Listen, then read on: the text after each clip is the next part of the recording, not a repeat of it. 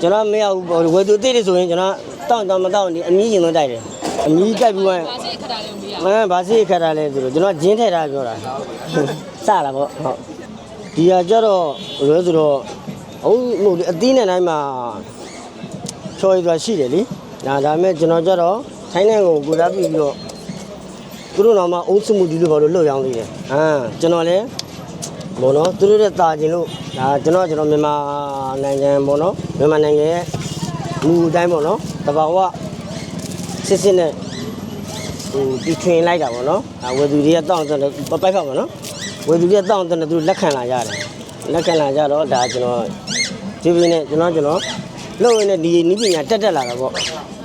တက်လာတော့ဝယ်သူကအရင်လက်ခံသူကတောက်လို့ကောင်းတယ်ကျမ်းမာနေနေတယ်ချူချူအေးမူမူစိတ်စိတ်လေး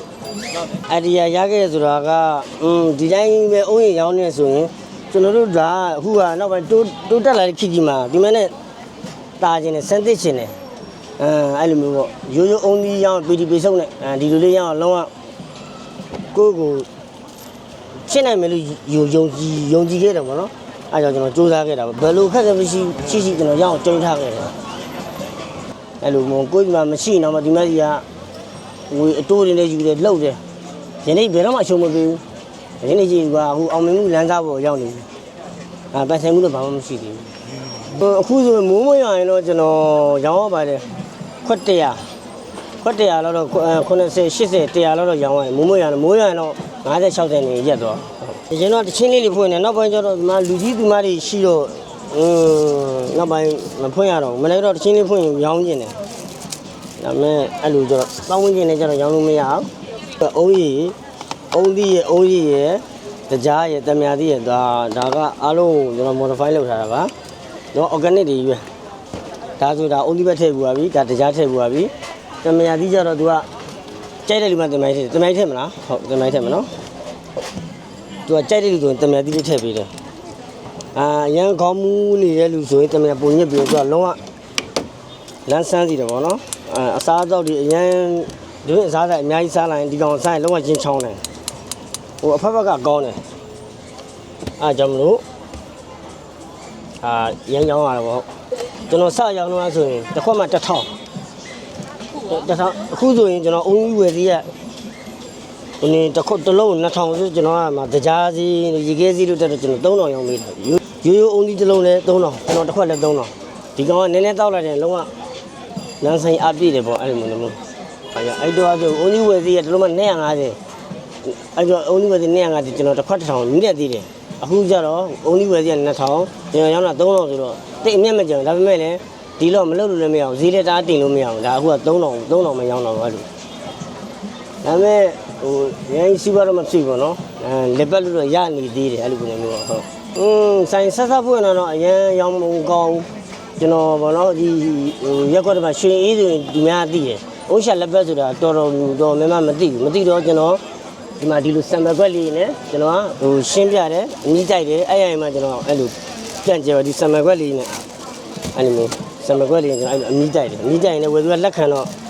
အဲ့ဖောက်တဲ့တိုးလာတာဟုတ်ဆိုင်ဖွင့်တာတော့9နှစ်ကျော်6နှစ်လောက်တော့ရှိပြီအဲ့အင်တာဗျူးတဲ့ချိန်စားပြီးတော့နည်းနည်းရောင်းကောင်းတယ်အုံးရည်ပြင်ရသေးတယ်ဟိုအုံးချက်လီလေးလည်းရပါလေဟိုမှာလေဒါကျွန်တော်နောက်ထင်လာတာဟိုမှာလေအုံးချက်လီဆိုတာလုံးဝဒါ Urex style လုံးဝချိမိကိုရတာဒါလေးလည်းရပါတယ်အုံးချက်လီလည်းထပ်ထွင်ထားပါတယ်ဒါလုံးဝ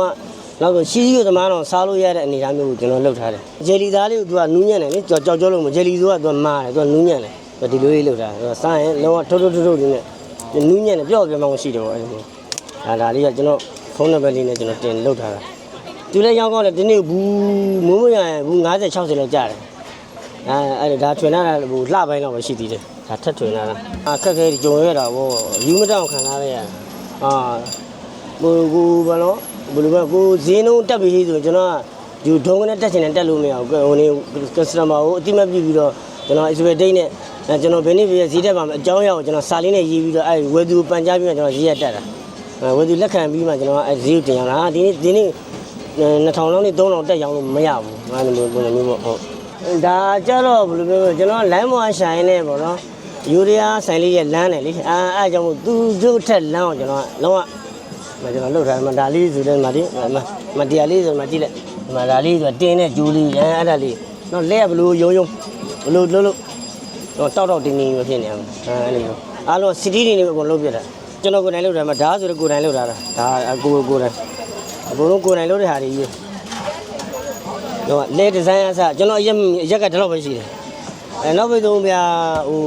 တော်ရှုလို့ဆက်စုတယ်လေကုန်းကြည့်တာအရက်ကရှုလို့ဆို9ပေခွဲဒါပဲရှိတယ်အဲ့ဒါကျွန်တော်အဲ့ဒါအစအရက်ကိုမြင့်မလိုက်ရလဲကျွန်တော်ကခုံမတက်လို့ဒါအကြောင်းမရှိချစ်ကြတော့ဒီလိုကုန်းကြည့်တာကျွန်တော်မကြိုက်ဘူး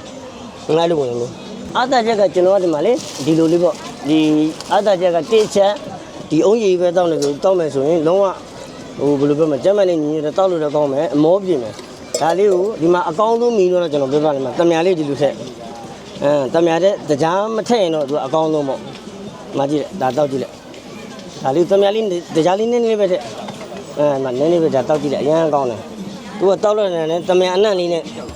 လုံးဝစုပ်ကုတ် fresh ဖြစ်တယ်အဲ့လိုပုံစံမျိုးပေါ့3နိုင်လောက်ရအောင်ကျွန်တော်ဆိုင်ထွက်တယ်အဲ့တော့ဒီမှာဖောက်စီတွေပုံမှန်ရှိတော့လေဖောက်စီတွေက55ရောင်းချင်ရောင်းမယ်ထွက်ချင်ထွက်မယ်ပုံစံမျိုးကျွန်တော်မလုပ်ဘူးကျွန်တော်အချိန်နဲ့သွားတယ်အဲ့တော့လာရင်မောနဲ့တောက်ချင်မရမှာဆိုလို့ဟုတ်အဲ့ကြောင့်ညနေ9နိုင်ရရင်ည9နိုင်ခွဲအဲ့လောက်ထိရပါတယ်ဟုတ်အဲ့လိုဆိုင်ဆက်အောင်ထွက်အောင်မနေ့10နိုင်ရစားရတယ်10နိုင်ရစပြီးတော့ဒီလိုမျိုးအုံဒီနုနုလေးတွေကိုဒီလိုအသေးသေးလေးကျွန်တော်ချစ်ကြတာဒီလိုနုနုလေးဖတ်သေးသေးလေးဒီလိုကြီးချစ်ကြတာအဲ့ဒါလေးချစ်တယ်ဆိုတာတော်တော်အောက်ကအသားတွေလည်းပါလို့မရဘူးဒီလိုလေးချစ်ကြတာအနုစိတ်ချစ်ကြတာဒါကချစ်အောင်သင်ပေးရသေးတယ်ချစ်သမားတွေအဲ့လိုသေးသေးလေးချစ်ကြတာအဲ့လိုလေးချစ်ကြတာဟောဆိုင်ကတော့ညနေ3နိုင်ပေါ့နော်3နိုင်3မို့9နိုင်ပေါ့ဒါကတော့လမ်းကြောင်းမမူတည်ပြီးတော့ဒီဒါစမ်းကြောင်းဘူလန်းခွားစီဘူလန်းပေါ့နော်ခွားစီဘူလန်းပသိမ်လန်းတော့စီပီပန်ရှိအဲ့နာလေးမှာစိတ်တန်းကြဆိုတဲ့ဒီဆိုင်လေးနဲ့တရှိပါတယ်ခင်ဗျမြန်မာပဲနေ့တိုင်းလူထွက်ပါတယ်အချိန်ကတော့ည9နိုင်ခွဲထိရောင်းပါတယ်ပုံမှန်ပြည့်ရမရှိရောင်းပါတယ်ခင်ဗျဟုတ်ကျေးဇူးပါခင်ဗျ